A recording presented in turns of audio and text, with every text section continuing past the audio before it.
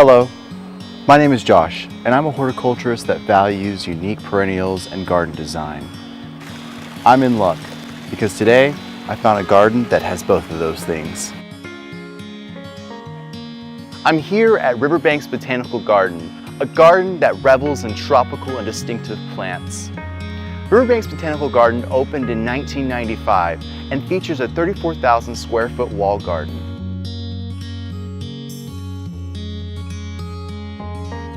Not only that, a 3-acre children's garden and a corynum collection. But I'm not here to see that today. Today, I'm here to see the Heritage Rose Collection.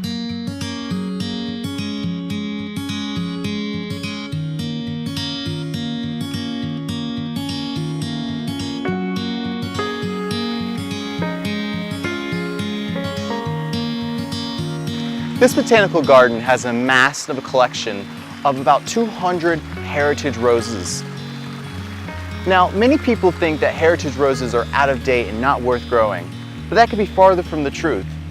Many of these roses are disease and pest resistant and are well worth growing in your garden. Not only that, they're making quite a comeback.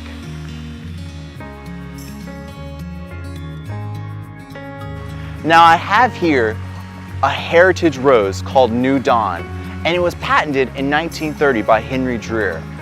And at this time of the year, it's absolutely covered in pink powder puff flowers. And if you get close enough,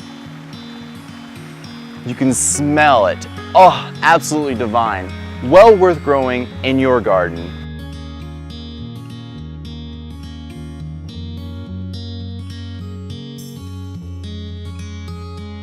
I'm meeting up with Terra Eillo, the gardener who maintains the rose collection. So Terra, this rose garden is looking beautiful right now. When is the best time to come and see it? About mid-March to mid-April is when things really start to ramp up. That's when the once bloomers are starting to come in, the teas are in bloom. It's just a magical time.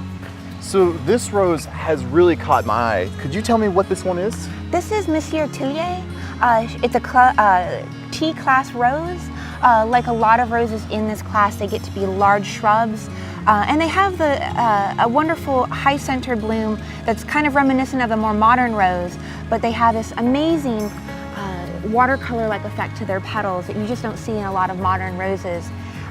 Like a lot of teas, they have the characteristic weak necks, so they smile down on us, which is just as well because they do get to be a very large rose in time. I mean, it's absolutely gorgeous. I'm looking at these flowers and there's peaches and there's pinks in it and nice purple burgundy stems, and it's a gorgeous rose. Absolutely beautiful.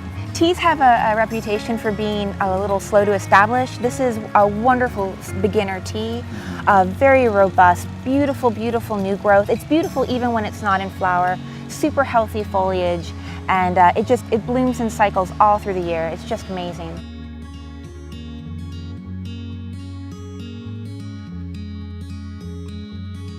This is a China class rose. This is Madame Laurette de Messime. In our garden you'll find a lot of heritage classes of roses, not just the teas and the noisettes, but the Chinas and the hybrid perpetuals. China roses are one of my favorites, whereas they don't have quite the scent that like a hybrid perpetual will have. They make up for that with just sheer volume of blooms on a small to medium-sized shrub. This is a wonderful and very easy shrub to incorporate in a modern smaller yard. Like many of the China roses, they will be semi-double to doubled, and there's also single varieties. So if you are concerned about pollinators, it's a wonderful choice to have your roses and have your pollinators as well. Like a lot of the reblooming roses, they will bloom in cycles through the summer. They will often take a break in the heat of summer and then reward you with an amazing bloom in the fall. Here in South Carolina, that typically is October, and it's not uncommon to have teas and Chinas in bloom all the way up into December.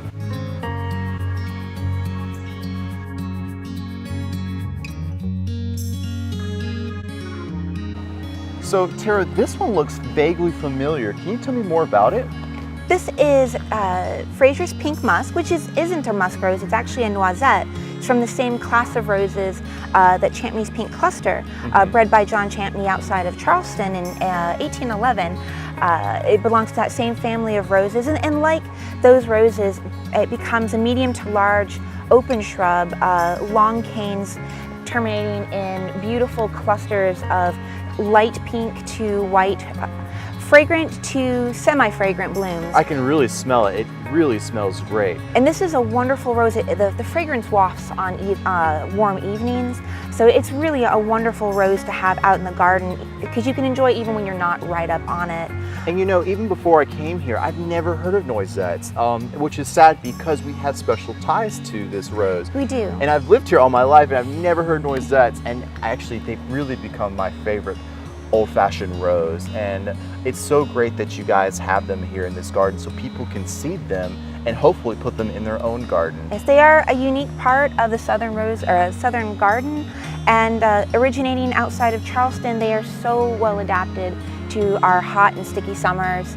They bloom all through the summer, especially in the fall, and many have beautiful decorative hips. So you really get so much interest in your garden all through the year. Right, right.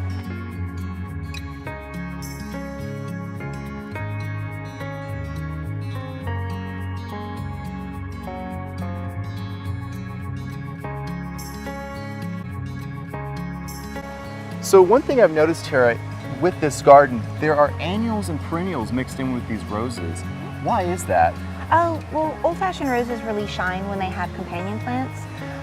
Being larger roses in general, they do get the characteristic weak, bare knees, and it's less of a hindrance because it gives you more spaces to tuck wonderful plants, and it really extends the interest of your garden and showcase like the beautiful colors and the beautiful forms that are found in the heritage roses. Right, and behind us we have this beautiful larkspur that is just gleaming right now. There's tones of purples and lavenders and whites and all different shades of pastel colors. So I think it really flows well with these roses. It does. And mixes and intermingle beautifully to give you a soft palette in this garden.